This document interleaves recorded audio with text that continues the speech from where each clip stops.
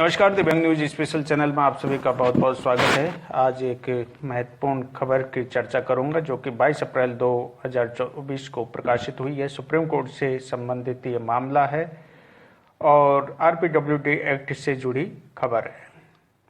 Supreme court ने दिव्यांगजनों के अधिकार अधिनियम 2016 के निराशाजनक क्रियान्वयन पर जताई नाराजगी। राज्यों को दिव्यांगों के लिए आयुक्त की नियुक्ति करने के लिए जारी किए आदेश। ये पूरा मामला है। सीमा गिरजालाल बनाम अन्य से जुड़ा मामला जो सुप्रीम कोर्ट में पहुंचा। टुगेदर वीकेंड नाम का एक मंच, एक समूह जिससे कुछ पेशेवर लोग और अन्य लोग जुड़े हुए हैं, उन्हीं में से एक सदस्य ने सुप्रीम कोर्ट में एक जनहित याचिका दायर की, जिस पर सुप्रीम कोर्ट ने सुनवाई शुरू की। पक्षकार की तरफ से एडवोकेट के परमेश्वर पेश हुए, उन्होंने दलील रखी। इसके अतिरिक्त एएसजी विक्रमजीत बनर्जी जो कि संघ के प्रतिनिधित्व करता है, उन्होंने न्यायालय के समक्ष रिपोर्ट रखी। संघ ने 28 मार्च को न्यायालय में एक हल्फनामा दायर किया था और उसके बाद सोमवार 22 अप्रैल 2024 को इस पर सुनवाई शुरू हुई। सुप्रीम कोर्ट ने सामाजिक न्याय अधिकारिता विभाग से इस पर विस्तृत विचार करने और अगली सुनवाई तक अपडेट देने के लिए भी कहा। सुप्रीम कोर्ट के मुख्य न्यायाधीश डीवाई चंद्रचूड़ और न्यायमूर्ति जीवी पारदीवाला की पीठ ने आंध्र प्रदेश, छत्तीसगढ़, उत्तर प्रदेश, त्रिपुरा, पंजाब, चंडीगढ़ के जो मुख्य सचिव हैं उनको 30 जून तक आरपीडब्ल्यूडी एक्ट के सेक्शन 79 के तहत राज्य में आयुक्त की नियुक्ति करने के लिए भी कहा, आदेश जारी करने के लिए कहा है मुख्य सचिवों को कि वो अपने यहाँ आयुक्तों की नियुक्ति के लिए आदेश जारी करें 30 जून 2024 तक। ये सुप्रीम कोर्ट की तरफ से कहा गया है। यहाँ आरपीडब्ल्यूडी एक्ट का सेक्शन 79, उसमें आयुक्त की नियुक्ति संबंधित मामला आता है। इसके अतिरिक्त सेक्शन 80, इसमें आयुक्त के जो कार्य हैं उनकी रूपरेखा तैयार करने के लिए आदेशित करता है। अब इसमें सुप्रीम कोर्ट ने कहा है कि जो राज्य ऐसा करने में विफल हुए हैं वो 30 जून तक ऐसा करेंगे। ये सुप्रीम कोर्ट की तरफ से कहा गया है। इसके अतिरिक्त छत्तीसगढ़, उत्तर प्रदेश, पंजाब राज्यों को उनके जो मुख्य सचिव हैं उन्हें कहा है कि 8 जुलाई 2024 तक वो हल्फनामा पेश करेंगे। हल्फनामा दायर करने के लिए भी कहा है, जिन राज्यों का इसमें जिक्र किया गया है, और इसे अगली सुनवाई जो के लिए भी सूचीबद्ध किया है वो जुलाई का दूसरा सप्ताह है। अब पक्षकार की तरफ से पेश हुए वकील ने क्या कहा उस पर बात करता हूं। एडवोकेट के परमेश्वर ने कहा कि 19 अप्रैल 2016 को दिव्यांगजन अधिकार अधिनियम लागू हुआ, लेकिन तब से लेकर अब तक इस पर काफ़ी देरी हुई है और इस देरी को संविधान का उल्लंघन, संविधान पर अत्याचार माना जाना चाहिए। ये वकील जो पक्षकार की तरफ से पेश हुए उन्होंने कहा। आरपीडब्ल्यूडी एक्ट का सेक्शन 10 के कुछ उपधारा हैं जो ये कहती हैं कि दिव्यांगजन अधिकार अधिनियम 2016 अपनी तिथि से 6 महीने के अंदर अंदर राज्य अपने यहाँ दिव्यांगों के लिए नियम बनाएंगे, लेकिन ऐसा करने में ज़्यादातर राज्य विफल रहे हैं। उन्होंने अपने यहाँ दिव्यांगों के लिए नियम नहीं बनाए और इसी के लिए कहा कि इस पर देरी हुई है और इस देरी को संविधान का उल्लंघन माना जाना चाहिए। कोर्ट ने इस पर नाराजगी जताई और आरपीडब्ल्यूडी एक्ट के प्रति जो रुख रहा है राज्यों का, उसको ढुलमुल रवैया कोर्ट की तरफ से बताया गया है। इसके अतिरिक्त पिछले साल भी सुप्रीम कोर्ट की तरफ से आदेश जारी किए गए थे, जनवरी 2023 और उसके बाद जुलाई 2023 में आदेश जारी किए, और उस आदेश में कहा भी था कि 30 सितंबर से पहले जो है राज्य अपने यहाँ प्रावधानों को लागू करने के लिए आदेश जारी करेंगे, लेकिन ऐसा नहीं हो सका। इसके अलावा सुप्रीम कोर्ट ने 31 अगस्त 2023 तक, ये पिछले साल की बात है, आयुक्तों की नियुक्ति करने के लिए भी कहा, लेकिन वो भी राज्यों ने नहीं किया। पीठ द्वारा तथ्य भी नोट किए गए, वकील की तरफ से जो दलील रखी गई और जो विवरण पेश किए गए, कौन कौन से राज्य हैं जिन्होंने आरपीडब्ल्यूडी एक्ट के जो अलग अलग सेक्शंस है उसके तहत काम नहीं किया, उन्हें लागू नहीं किया, और न्यायालय ने इनको क्रमबद्ध तरीके से नोट भी किया। कौन कौन से ऐसे पॉइंट हैं, कौन कौन से राज्यों में प्रावधानों को लागू नहीं किया, उनके विषय में मैं बताना चाहूँगा। पॉइंट नंबर 1 में है सेक्शन 79, इसका जिक्र किया है, जिसके तहत आयुक्तों की राज्यों में नियुक्ति का मामला आता है, और ऐसा नहीं करने वाले जिन राज्यों ने दिव्यांगों के लिए राज्य आयुक्त की नियुक्ति नहीं की, उनमें आंध्र प्रदेश है, छत्तीसगढ़ है, पंजाब, त्रिपुरा, झारखंड, उत्तर प्रदेश, अंडमान निकोबार, केंद्र शासित प्रदेश भी इसमें है, लक्षद्वीप और चंडीगढ़। इन्होंने अपने यहाँ राज्य आयुक्त की नियुक्ति नहीं की है।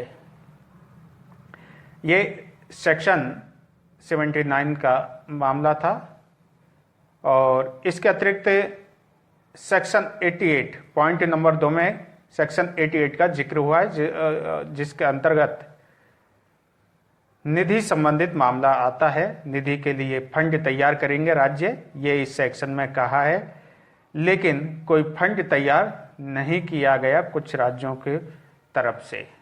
ऐसे कोई जो है इस सेक्शन का पालन नहीं किया गया। तो उनमें राज्यों में गुजरात है, हिमाचल प्रदेश, केरल, पंजाब, पश्चिम बंगाल, मिजोरम, दिल्ली, जम्मू कश्मीर, दमन और दीव, लद्दाख, ये राज्य और केंद्र शासित प्रदेश हैं जिन्होंने सेक्शन 88 के तहत जो है दिव्यांगों के लिए निधि का लिए गठन नहीं किया।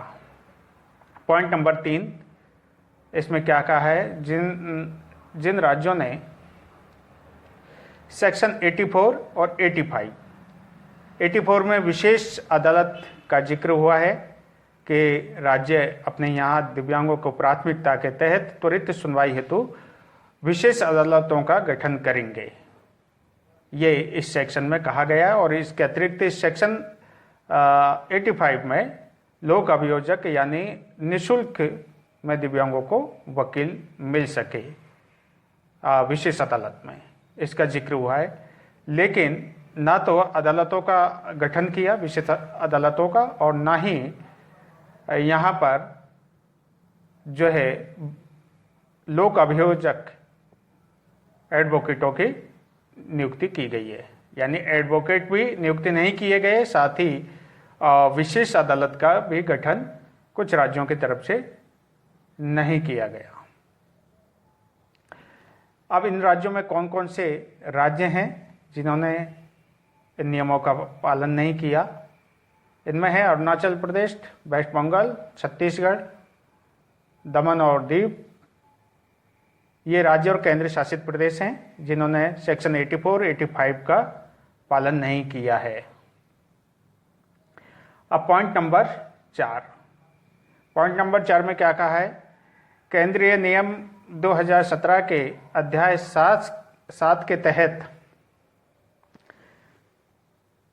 दिव्यांग प्रमाण पत्रों के लिए मूल्यांकन बोर्ड का गठन। इस अध्याय के तहत राज्य अपने यहाँ जो है दिव्यांगता प्रमाण पत्र के मूल्यांकन हेतु बोर्ड का गठन करेंगे, ऐसा प्रावधान है। लेकिन इसका भी पालन नहीं हुआ है और इसमें है छत्तीसगढ़ शामिल। केवल एक ही राज्य है जिसने इसका पालन नहीं किया, छत्तीसगढ़ ने। उसने अपने यहाँ पर दिव्यांगता प्रमाण पत्र के लिए जो मूल्यांकन बोर्ड का गठन करना था वो नहीं किया, और ये जो बहुत ज़रूरी भी है, लेकिन एकमात्र राज्य है जिसने ऐसा नहीं किया इस याचिका में। और एक बात और मैं यहाँ बताना चाहूँगा, बहुत सारे ऐसे राज्य हैं जो इस याचिका में शामिल नहीं है, सुप्रीम कोर्ट में दायर की गई थी। इसमें कुछ ही राज्यों का और केंद्र शासित प्रदेशों का जिक्र है, लेकिन इसके इतर भी कुछ राज्य हैं जिसमें आरपीडब्ल्यूडी एक्ट के जो प्रावधान है उनका पालन नहीं हुआ है, उनका जिक्र इसमें नहीं है। अगले पॉइंट 5 की बात करते हैं। केंद्रीय नियम 2017 के अध्याय 5A के तहत उच्च समर्थन करने के लिए मूल्यांकन बोर्ड का गठन। अब इसमें कहा गया है कि उच्च समर्थन के लिए मूल्यांकन हेतु बोर्ड का गठन राज्य करेंगे, लेकिन इसका भी पालन कुछ राज्यों ने नहीं किया है। ऐसा नहीं करने वाले राज्यों में केंद्र शासित प्रदेशों में शामिल हैं जम्मू कश्मीर, लद्दाख, अंडमान निकोबार, ये इसमें शामिल हैं। इन्होंने इसका पालन नहीं किया है।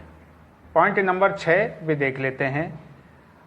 इसमें आरपीडब्ल्यूडी एक्ट के सेक्शन 6(2)E के तहत दिव्यांग व्यक्तियों की सुरक्षा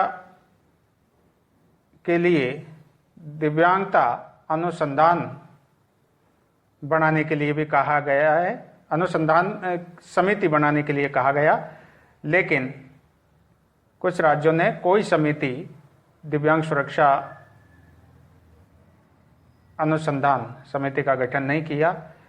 और ऐसा नहीं करने वाले राज्यों में शामिल हैं केरल, वेस्ट बंगाल, पंजाब, हिमाचल प्रदेश, ये इसमें शामिल हैं।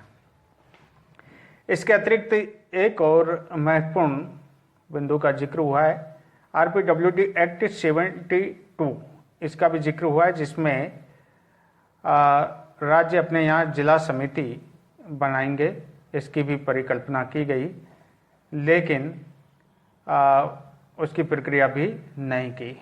और मुझे लगता है कि अधिकतर ऐसे राज्य हैं इस याचिका के अलावा भी जिन्होंने अभी तक कोई समिति, जिला समिति दिव्यांगों के लिए नहीं बनाई है। और जिला समिति तो बहुत दूर की बात है, जो विशेष सलाहकार बोर्ड है दिव्यांगों के लिए, उसका भी गठन नहीं किया है, जो कि बहुत आवश्यक है। और 26 नवंबर 2020 को जो केंद्रीय सामाजिक न्यायिक अधिकारिता मंत्रालय है, उसने एडवाइजरी जारी की थी, और उसमें बैकलॉग से लेकर अन्य जो सेक्शंस हैं उसमें उनका जिक्र किया गया है। आयुक्तों की नियुक्ति का भी मामला था, 12-13 बिंदु थे, लेकिन उस पर भी कोई एक्शन राज्यों ने नहीं लिया, वो एडवाइजरी पेंडिंग में ही रही, उस पर कुछ नहीं हुआ। तो यहाँ पर जिला समिति नहीं बनाई गई। और विशेष सलाहकार बोर्ड की जहाँ तक बात है, मुझे लगता है कि अभी तक 8-9 राज्य ही हैं जिन्होंने अपने यहाँ विशेष सलाहकार बोर्ड बनाया है, और कई ऐसे बोर्ड हैं जिनके कोई समय पर मीटिंग नहीं हुई और वो भंग भी हो गए। उनमें एक उत्तराखंड भी था, वो उसकी मीटिंग नहीं होने के कारण समय पर वो भंग करना पड़ा। तो ये स्थिति है। तो बहुत सारे ऐसे हैं जो कागज़ों में चल रहे हैं, और दिव्यांगों को तो मालूम भी नहीं है कि कौन कौन से सेक्शंस लागू हो गए हैं और उस पर क्या काम हो रहा है। और विशेष सलाहकार के बोर्ड की जो मीटिंग हो भी रही है या नहीं हो रही है, क्या उसमें निर्णय लिया जा रहा है, किसी को कोई पता नहीं है। और जो पटल पर चाहे विधानसभा हो या फिर लोकसभा, उसमें शुरू में तो जो वार्षिक रिपोर्ट रखी जाती थी पता चलता था, लेकिन आजकल वो भी गायब है, उसका भी कोई पता नहीं चल रहा है। सिर्फ 1 या 2 साल तक उसका मालूम चला था, उसके बारे में विवरण पेश किया जाता था, लेकिन अब तो वो भी मुझे लगता है कि उस पर कोई चर्चा नहीं है। तो ये एक खबर थी। और इस बार जो है बहुत शक्ति से सुप्रीम कोर्ट ने दिखाई है इस पर, और राज्यों को सख्त आदेश जारी किए हैं। और मैंने पहले ही कहा था कि हर हफ्ते कोई न कोई मामला सुप्रीम कोर्ट में दिव्यांगों संबंधित आ जाता है प्राथमिकता के तहत, और उस पर आदेश जारी होते हैं, निर्देश जारी होते हैं। और जब तक मुख्य न्यायाधीश DY साहब रहेंगे तब तक ये सिलसिला चलता रहेगा। वो बहुत संवेदनशील हैं और नियम अनुसार कार्य कर रहे हैं दिव्यांगों को न्याय दिलाने में। तो फिर मिलते हैं किसी और खबर के साथ या जानकारी के साथ। Thank you.